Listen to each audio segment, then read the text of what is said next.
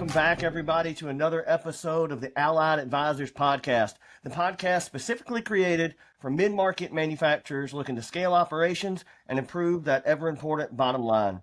I'm your host, Justin Goethe, and today I am joined by Blair Dorneanu. Blair is the industry liaison for South Carolina Research Authority. Prior to that role, she also used to help me out a lot with Allied Advisors. She did a lot of our training. We worked together at Robert Bosch prior to that. Fun fact, Blair actually hired me at Robert Bosch. Thank you, Blair. I really do appreciate that. Wouldn't be here today without you making that decision, so thank you very much.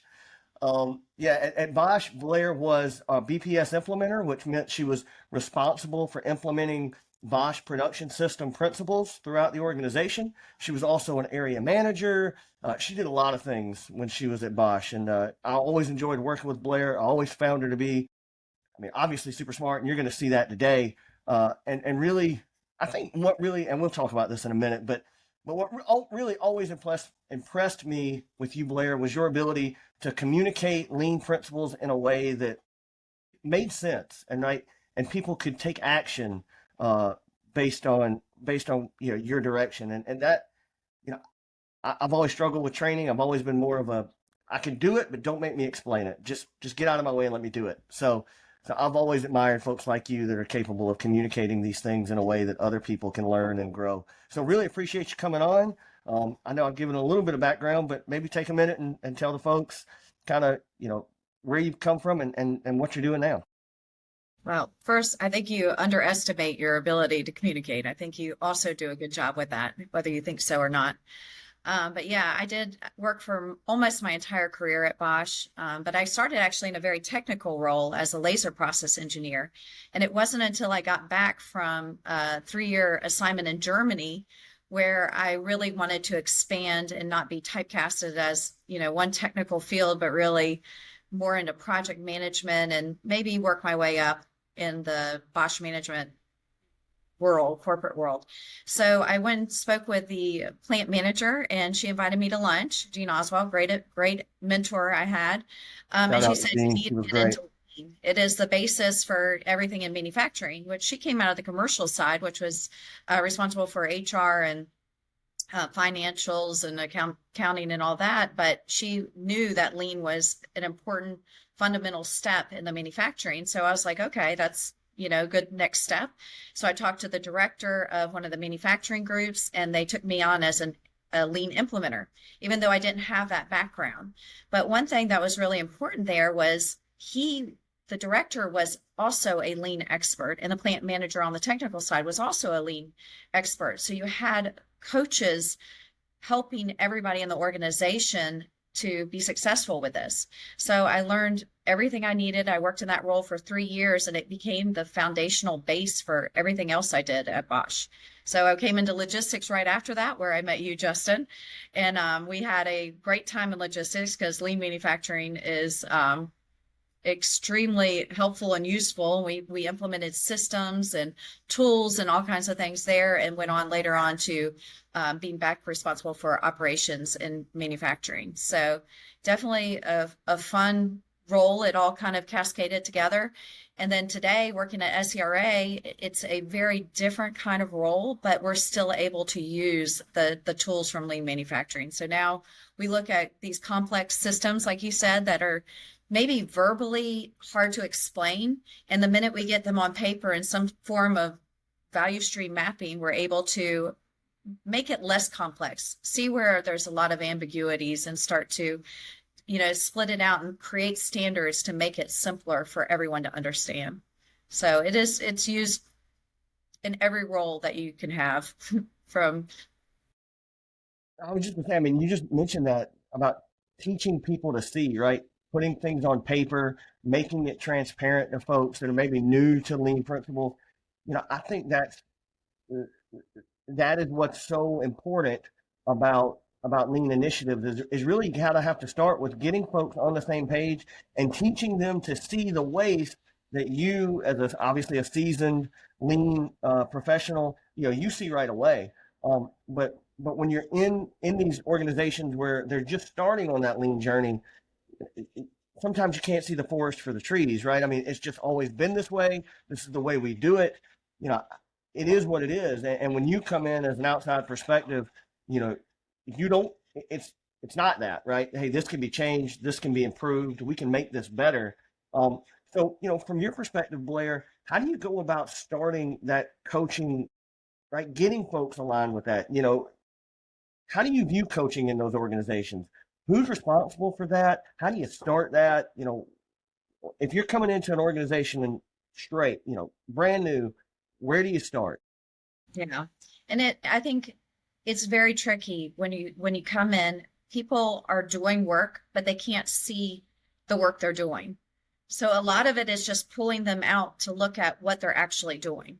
And we get into a habit of just doing the work that we've been assigned to do, and maybe we even made it better without knowing it. But we try to find the shortest path to get with the least resistance. But at the same time, we don't even know we keep waste that we've built into systems. So the first thing to do is to, first of all, either put it on paper where we say, let's walk through the process, let's talk through it. Who do we interact with? Who are we handing off process steps to? And then all of a sudden, waste pops out at people. It's the same thing if you even pull somebody away from an assembly line and say, hey, watch them or watch this and see what's happening. All of a sudden, they start to recognize, you know, where the waste is. And we've done this exercise with people from the shop floor. We've done this exercise with, you know, plant managers. You know, as soon as you put them in one place and have them look at it for a period of time, the waste becomes evident. You can walk past it every day and not notice it. But if you take the time to observe and learn how to observe and what are we observing for, and Right. start looking for these, you know, forms of waste that they teach in Lean, all of a sudden it becomes very obvious. And that's kind of the amazing thing about Lean. It's actually very intuitive. It seems very obvious after the fact, but when you're just doing work, you don't have the time to see where the waste is. What So do you what do you think about, like, so here's something that I struggle with. I struggle with it professionally, and you know, you and I were talking before we started recording, even personally in some of the groups that I work with, you know, some folks think instinctively that whatever the easiest thing to do is right this moment is the right thing to do. And getting them to shift that paradigm to see, no, it's better if we have a standard and we follow the standard, right? Because that gives us repeatable results. That creates an improvable system. That's something that we can build on. How do you start? How do you think we start shifting that paradigm for folks? Because it's not easy and it's not intuitive. At least right. that's my experience. I think a lot of it is seeing as believing. If they've never seen anything else, they cannot visualize that it could be better in a different way. That they really believe what they're doing is the best way possible. And I was as victim of that as anybody until I went and saw other areas of, I mean, Bosch is huge. You have lots of places you can benchmark, but other Right. companies, there's many companies that'll let you in and see. And when you see them, you're like, wow, this is how it could be. And Right. I remember at, you know, going to, and I won't name any companies, but companies where they're like, no, this particular type of operation can't be clean because it's inherently a filthy process. But then you go to a machining center where you could eat off the floor at other places and you're like, how did they do it? There Right. are ways of doing it. So convincing people that there are better ways sometimes just takes that, you know, benchmarking, say, okay, it is possible. Here's where it's possible. Now let's take the steps to get there. And I think that's the convincing part is very tricky, which is also why in training classes it's important to have real life example implementations. They have to see it themselves. They have to physically do it themselves to see that it is better. If you just teach theoretical or if you try to force upon an area to make the change, you're going to have a lot of resistance. It just won't stick like it will if you physically do it yourself, see the results, or see it has been done somewhere else and you can achieve that same goal. So it is challenging though. Yeah. I Breaking mean, I old think habits is hard. it, I really think the difference, tell me if you disagree, but I think the difference in good managers and great managers is great managers at some point in their career have seen what good looks like. They've worked within an organization and seen operations ran well, and they're able to carry that vision forward into, into chaotic environments further in their career and say, okay, well, yeah, we've got problems here. We have a lot of variability, but I know these tools work because I've seen them work in the past, and I'm going to implement them in this new situation. What do you think of that? I mean, I think benchmarking gets way undervalued in terms of lean implementation. I think going and seeing people do lean very well Yeah. is super important. And it is true. And I think that we all have this mentality of no, it can't be done. Mm-hmm. And really you see it one time and like, how did you do that? How did you get there? And I think of logistics, especially. I was in Brazil at a company where they had scheduled all their pickups in 1 hour increments, and they didn't allow people to come early or late, but it was over 24 hours. Whereas we're like, well, we got them pretty good between 4 a.m. and 8 p.m. But it was like somehow this company was able to schedule all their carriers across 24 hours and balance their loads. And I was like, but when you're working with customers, it's not always so easy to do that. I heard, no, there's no way because they set the schedule.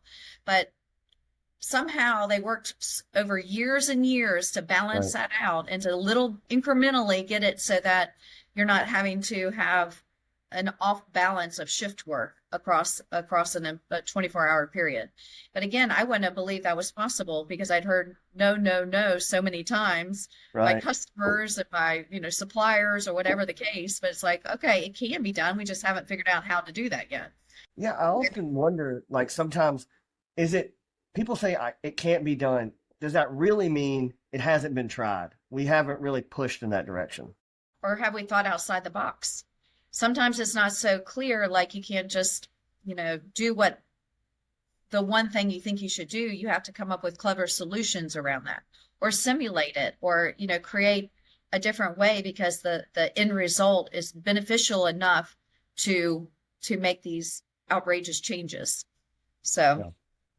Yeah, I yeah. do think that's one benefit, if you're a mid-market manufacturer, I do think that is one benefit, probably the biggest benefit of bringing in third-party consultants is they have the experience of being at other facilities and seeing things done well and can bring that to your situation. But you also at the same time have to be open to doing things possibly radically different than what you've done in the past because, you know, again, I think we get comfortable and we build up stories in our heads of, oh, it has to be done this way. It can't be changed. We must, and it's really hard to break through those walls. And even when you start breaking down those walls, or here's a question I want to ask you.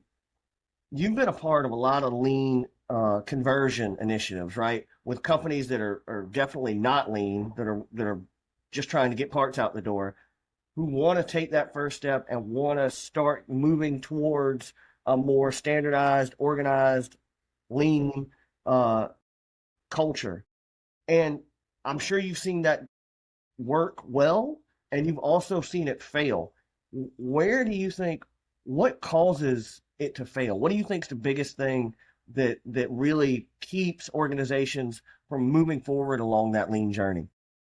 Okay. Well, if you're coming in for the first time, first of all, they probably need to set up like those that are doing the work, separate that from those that are improving the work.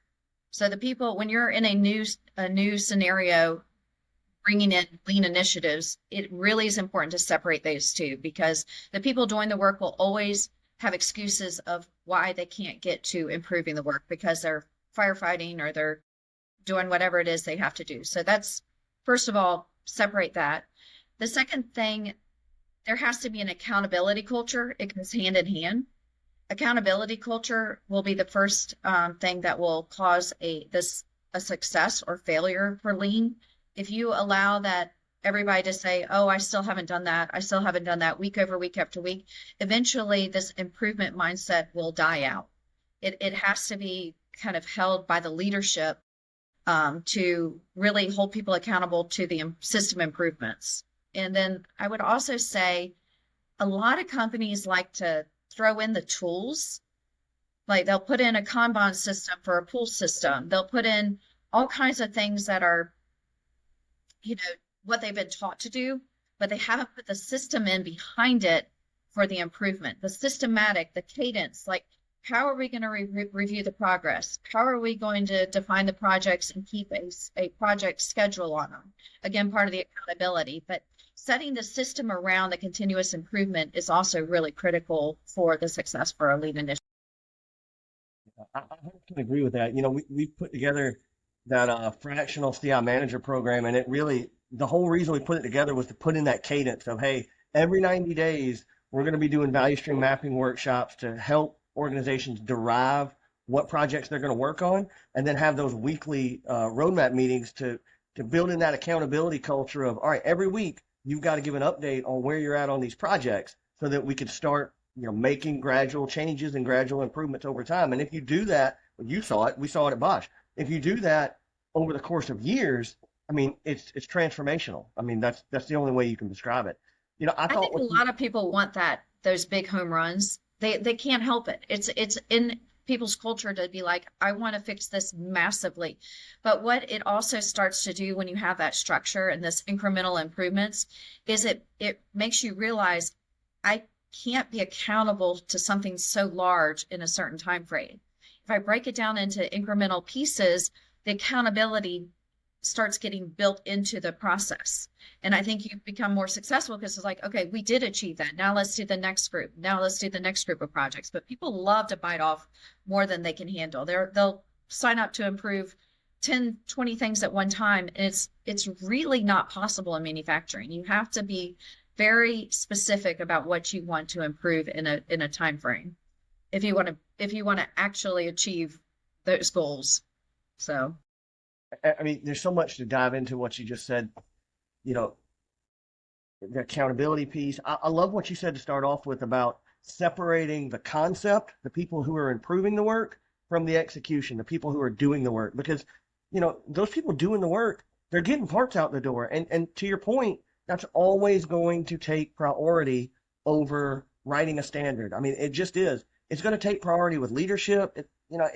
It's unfair to put the improvement on their backs because they can't do everything. You've got to have that separation of powers, let's say, between the concept people and the execution people. And I think that is a step that most mid-market manufacturers miss because, well, a lot of them don't have the budget for it. And right. that's a fair point to make. But we still have to figure out a way to make that budget, to make that headcount available to do those improvements. One of the things about the accountability, how do you view the role of leadership?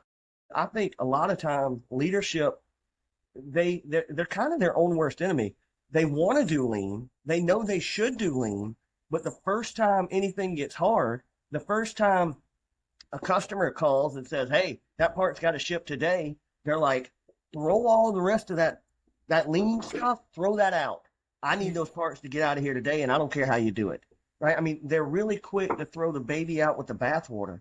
How do what's your recommendation for folks who are like the COOs and the VP of operations? What's your recommendation to those folks on when they're starting this lean journey in terms of how do they handle those fires, let's say? Yeah. I mean, ideally you can build the leadership from people that have lean experience. So if you're rolling it out and the highest level management is just getting on board, they know it's good, they want it, they've seen its success, but they don't have the background for it. It's a little bit more challenging if you're not developing people to become those leaders in the future. So it might be that process of like, okay, we know in 10 years we need to be developing lean experts that can be in leadership roles. However, if you have those, and I know many that are, they really want lean, like they didn't maybe use it in their earlier parts of their work history, but they know it's good. They've been through training. My advice is that they participate in actual implementation workshops where they can help coach. You can't learn to coach if you're not there to help on the shop floor and coach. To carve out an hour a week where you go to the shop floor, learn what the project is, and hold people accountable and coach them on what you see. And maybe they need coaching. Maybe they need coaching from consultants on, I'll go there with you and I'm going to teach you what you need to be looking for. You know, what are we seeing on the shop floor, and are they holding their people accountable? Because it does start at the top. And if you have a strong leader who believes in the standards, in that they're seeing ambiguities and they're seeing chaos on the shop floor, that's his role to say, hey, we need better standards in place. We need to improve this so that it's not so chaotic. That how can we put rules in place to make it easier for manufacturing, that it goes smoothly. So a lot of times they themselves just need their coaching so that they can better coach their shop floor associates and their operations managers and people in the organization. I mean, I love what you said there too about you've got to get the executive management team, especially if they're just starting out in lean, you got to get them on the shop floor, right? They've got to go to the Gemba, to borrow that Japanese term. And I think so many executives, want, they feel like, hey, that's not my role. I don't have the time for that. That's got to be, a lower level manager that's driving that. And it really, in my experience, and feel free to disagree, right? I'm told I'm wrong all the time. So, but in my experience, it can't work that way. It has to start at the top. It has to be the core guiding principles from the very top of the organization if it has a chance of making its way down to the bottom level. And to do that, those folks have got to be out on the shop floor. They've got to be the ones seeing the waste, and they've got to be the ones coaching that next level of leadership down. Just like you said, they really have to dig into it, and they have to carve out the time. There's no easy way to do this. It takes a lot of work to make this thing move. But it pays off in the end. I think that, 100%. Bosch was, when I was in Lean in 2010, the head of Bosch worldwide, like the president of all Bosch, he was a huge advocate for lean manufacturing. And his belief was that every person in a leadership role should be a lean expert. And he said that at, the conference where every plant manager was there. And that was a mentality and he encouraged plant managers to go to the shop floor and be there present, help coach the associates in the systematic approach of lean and basically CIP, continuous improvement. And I think that's what it takes. So we saw for years and years this approach where the plant manager, the directors, they were on the shop floor regularly and a part of the system, a part of the process. Yeah, I was gonna say, yeah, when I was at Bosch, they were. I mean, the plant managers and the top level leadership at the site, they were lean experts, right? I mean, I know I sat in meetings where folks got called out because we were doing things that didn't comply with those principles, and I think that's something else that maybe gets a little overlooked is that discipline, that accountability piece. It's not always comfortable, right? Sometimes it's very uncomfortable. If you're there and the leadership is saying, hey, I don't like the way you're doing this. You're not taking this seriously. You're not operating in accordance with these principles. If you're the one doing it, that doesn't feel real good, but it does drive change. I mean, experience is a brutal teacher, but you learn. By God, you learn. And I think we got to get a little bit more comfortable. I think organizations should be a little bit more comfortable being uncomfortable. Holding people accountable. You got to show respect. Great book called "It's Okay to Be the Boss," and I've thought of that years and years because people have a hard time as leaders telling people you're not being accountable. You need to do your job, and it's a practiced thing to get that uncomfortable, even as a leader to say it to somebody, and then as an employee to accept it. That's also hard. So both sides, it's not easy, but when you create an accountability culture, it gets easier and easier. And I think when you focus on the process and not the people, right? Right. Hey, this process is broken, and it's up to you. I expect you to fix it, right? It's your responsibility to fix it, but focus on the process. Don't make it personal. It's always about how can we make the process better. But to your point, it's not comfortable for anybody. And, I think there's always been this trope about, toxic management and the boss, the mean boss who's overbearing and is yelling at everybody.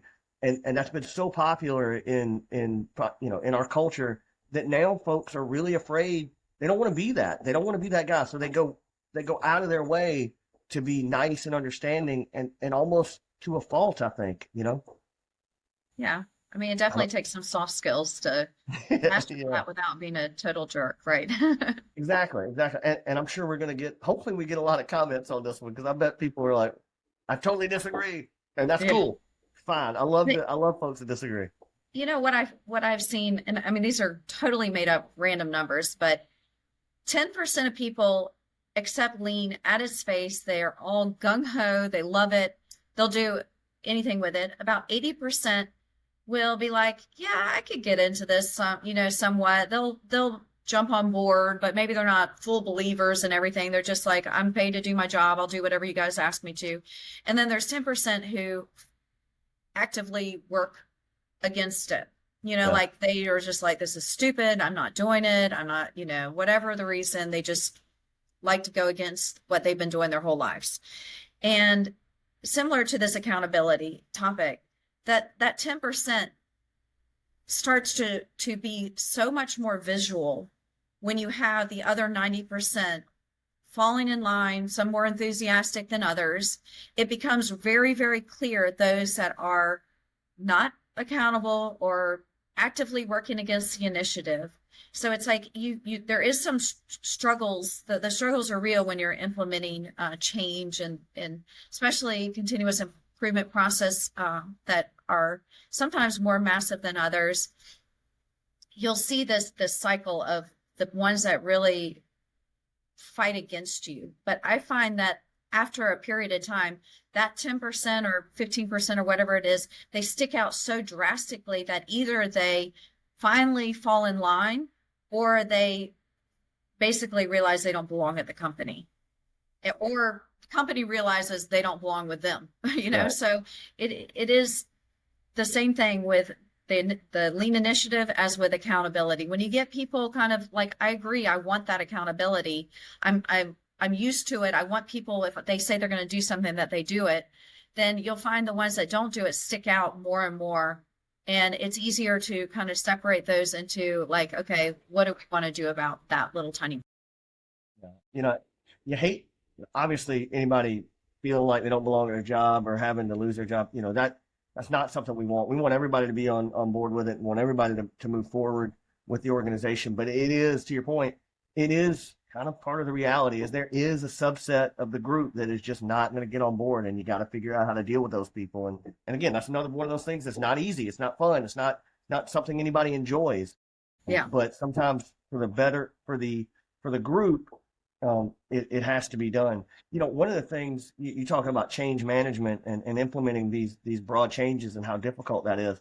One thing I would tell folks, if you're starting this out and you're the guy that's driving it, expect pushback, right? You can't bring organization to chaos and think that everybody's going to love you for it right off the rip, right? I mean, people are used to being able to do it however they want. And now you're coming in and saying, no, you can't do it that way. Here's the process. You got to do it this way. That's a tough sell at first. It really is. You gotta, you gotta be willing to take those slings and arrows and stand up for it. Or at least that's my thought. What do you think?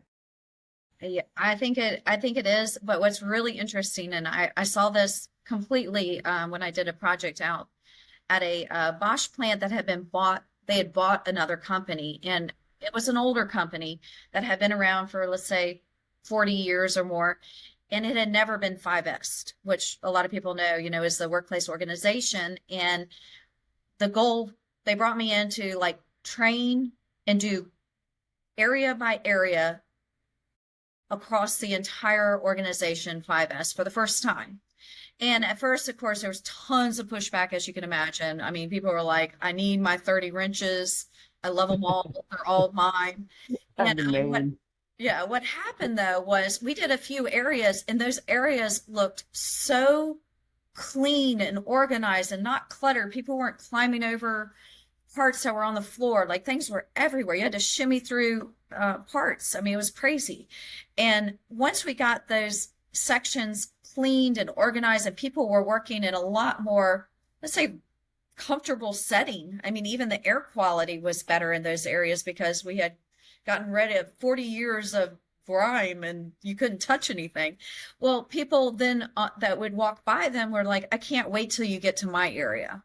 They saw the change. They saw that people were in a more comfortable work environment, that it was less stressful, less chaotic, less things to climb over, and they wanted it for themselves. And I find that is not an unusual situation. When people see that it's working really well and things are systematic and organized, it's just less stress. It's like driving around the Arc de Triomphe in Paris versus, driving on a empty road in Utah. Like, it's just less stressful when you're on a straight path versus, chaos all around you. You're not mentally stressed. So there becomes the pull. At first it's a push, nobody wants it, but after a while it becomes a pull. Like, I want that. I want what they have. So it's I would say a standard life cycle of lean.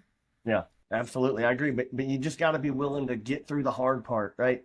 It's like starting to work out, right? When you first go to the gym, the next day you're going to be sore. You might be sore for 3 days, right? You might be really sore. But if you keep going, eventually it gets better. Yeah. You're not, and then you want to. And then you want and to. your body wants it.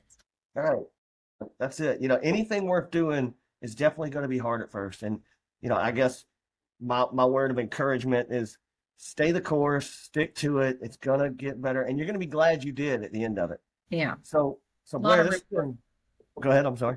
Yeah, it's a lot of reward. It's the gratification of seeing the success. It's a visual success. Like, you can usually visually see the changes, but then with your metrics, you'll see the metrics improve. And there's so much gratification when you've done a work like that has those results. Blair, we've done a lot of talking about, the leadership and kind of our advice for, how they should approach this. But what would you say to somebody who's maybe just starting off in their career? Maybe they just finished college and they've got their first job in a manufacturing facility and they want to be a part of this and they want to grow in it. What should they do? I think that there's certainly a lot of classes to get started, to get the education. I really recommend, if there's an opportunity at your manufacturing site to become a lean implementer, it'll last you your whole career. In every role you have the rest of your life, it is a baseline knowledge tools that are helpful for whatever role you do. It could be sales, it could be anything after that, that it's helpful. So if you have an opportunity, volunteer to be the lean implementer. Like, that's, even if you're a manufacturing engineer, you could do that as well in that process. But there's classes out there, certainly Justin, SCMEP. There's a lot of groups that do lean trainings in the state if your organization is too small to have them themselves. And I would highly recommend getting involved in those because it is a tool set that you can use for your entire career. Yep. For those of you that don't know, SCMEP is South Carolina Manufacturers Extension Partnership. So if you're in the Palmetto State, they're an organization that really is specifically created to help manufacturers implement lean initiatives. I think they were formed back in the 90s, and that was their core mission. So they do a lot of training in the state. If you're not in South Carolina, if you're listening to this somewhere else in the U.S., there's actually an MEP in every state, but there are other organizations that offer these lean training initiatives. I know the Institute of Industrial Engineers does a lot of, like green belt, black belt training. A lot of technical colleges offer green belt and black belt training. So to your point, Blair, there's a lot of opportunities for folks to get the theory and to get the knowledge. And then, I think you're right. Being that lean implementer, trying to do it, that's the only way you're going to learn, right? Is to get out there and try and fail and learn and figure it out and get better.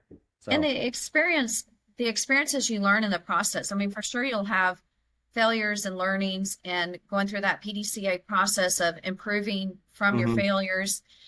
That is where you build your knowledge that you can later on coach others on. Right. I think you have to have that. Like, it's hard to be a coach if you haven't experienced it yourself and you're only coaching off the theoretical, but not the actual hey, when I did this, this is what I learned. I failed here, but I learned this and we improved the next time. You have to have those experiences yourself as well. You know, it's funny you say that. I remember when I was, just starting out as an engineer, I did some project and it went horribly. It was awful, right? I think I shut down a line. It was bad. And I was telling my dad about it that next day. And my dad's been an industrial mechanic his whole life, never done anything with lean. But he told me, he said, son, you know, people that do things make mistakes, right? People that don't ever make mistakes, that's because they don't do anything. That's So right. don't be so discouraged because you mess something up. I mean, tomorrow's a new day. So Yeah. that's exactly, I 100% agree. Go out there and, try to make improvements. And if it doesn't work, fail fast and pivot, do something different. So, but Blair, I really appreciate you coming on the podcast. It's always great to talk to you. Always learn something when I'm talking to you. So thanks for taking the time. Oh, thanks, Justin. Appreciate it. If people want to connect with you, where should they reach out?